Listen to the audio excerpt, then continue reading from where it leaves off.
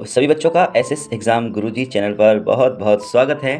तो बच्चों, जैसा कि हम आपको पढ़ा रहे हैं कक्षा 10 की विज्ञान का पाठ 1 और उसमें हमने आपको जो हमारे अलग अलग टॉपिक हैं उनके बारे में बताया। रासायनिक परिवर्तन, भौतिक परिवर्तन, रासायनिक अभिक्रिया व उनके प्रकार। तो उसी के साथ आगे हमारा एक टॉपिक आता है जो काफ़ी इम्पोर्टेंट माना जाता है एग्ज़ाम में, जिसका नाम है संक्षारण। जब कोई धातु जो हवा, पानी और अम्ल के संपर्क में आने पर धीरे धीरे नष्ट होने लगती है, तो जो ये घटना है वो संक्षारण कहलाती है। संक्षारण, तो हम बात करते हैं संक्षारण के बारे में।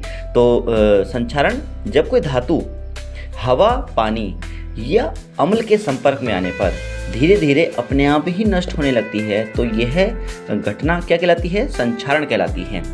जैसे आपने देखा होगा बच्चों, लोहे पर जंग लगना, चांदी काली पड़ जाती है, तांबे पर जो हरे रंग की परत दिखाई देती है। आपने देखा होगा जो पूजा के लोटे होते हैं तो उसमें पानी रखे रहता है, तो उसमें हम देखते हैं अंदर की साइड में कि हरी हरी परत सी चढ़ जाती है, तो वो भी एक तरह का संक्षारण है। लोहे का तो सभी बच्चे जानते ही हैं, लोहे पर जंग लग जाता है, ये क्षरण यानी कि धीरे धीरे लोहे को नष्ट करता रहता है।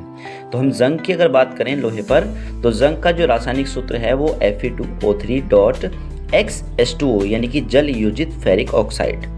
अब हम बात करते हैं संक्षारण को रोकने के लिए हम कौन कौन सी विधियां इसमें लगा सकते हैं।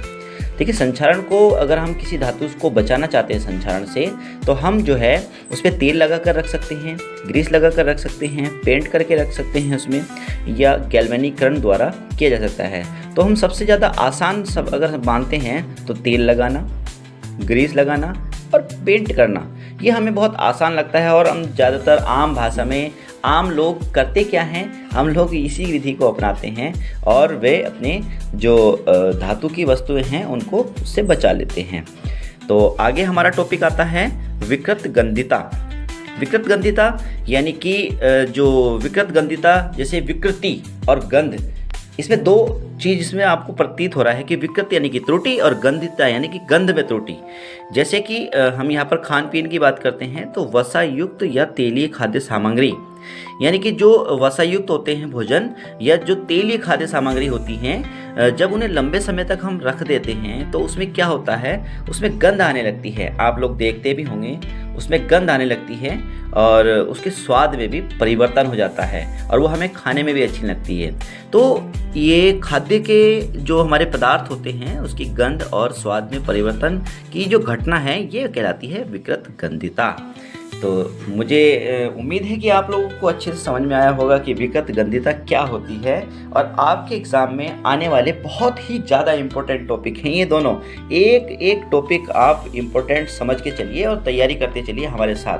अब हम बात करते हैं कि जो विकृत गंधिता होती है उससे बचने के लिए हम क्या क्या उपाय करते हैं। और आज के समय में बहुत ही हमें ये आम बातें लगने लगी है कि जो खाद्य पदार्थों को सामान्यतः हम क्या करते हैं, वायुरोधी पात्रों में रखते हैं जहाँ पर उसको वायु संपर्कित ना कर पाए, क्योंकि ये वायु की जो उपस्थिति में ही ज़्यादातर खराब होते हैं। दूसरा उपाय है हमारा इसमें कि खाद्य पदार्थों को फ्रिज में रखते हैं। और आम भाषा में फ्रिज आजकल के सभी के घरों में फ्रिज मिलती है और वो फ्रिज हम इसीलिए रखते हैं क्योंकि हम अपने खाद्य पदार्थों को लंबे समय तक बचा कर रख सकें। और आपको पता है कि दुकानों पर मिलने वाली जो चिप्स हैं, कुरकुरे हैं, आप नमकीन हैं, आजकल सभी चीज़ें पैकेटों में आने लगी हैं, तो उसमें हवा देखते हैं। तो उसमें हवा में जो लंबे समय तक उसको बचा के रखने के लिए वहाँ पर उस पैकेटों में वायु जो ऑक्सीजन होती है उसको निकाल लिया जाता है और उसके अंदर नाइट्रोजन गैस भरी जाती है ताकि लंबे समय तक ये बचाए जा सके। जो ब्रांडेड कंपनियां होती हैं वो इसी विधि को अपनाते हैं, तभी तो उनके प्रोडक्ट ज़्यादा लंबे समय तक रखे रह जाते हैं।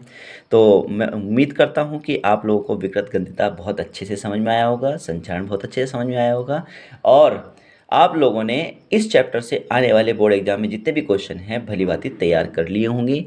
अगर नहीं किए हैं तो आप अपने जो ये वीडियो देखते हैं, मैं इसमें जैसे कि आपने इसका स्क्रीनशॉट ले लिया या इसको आप अपनी कॉपी में नोट करके इसे बार बार याद भी कर सकते हैं।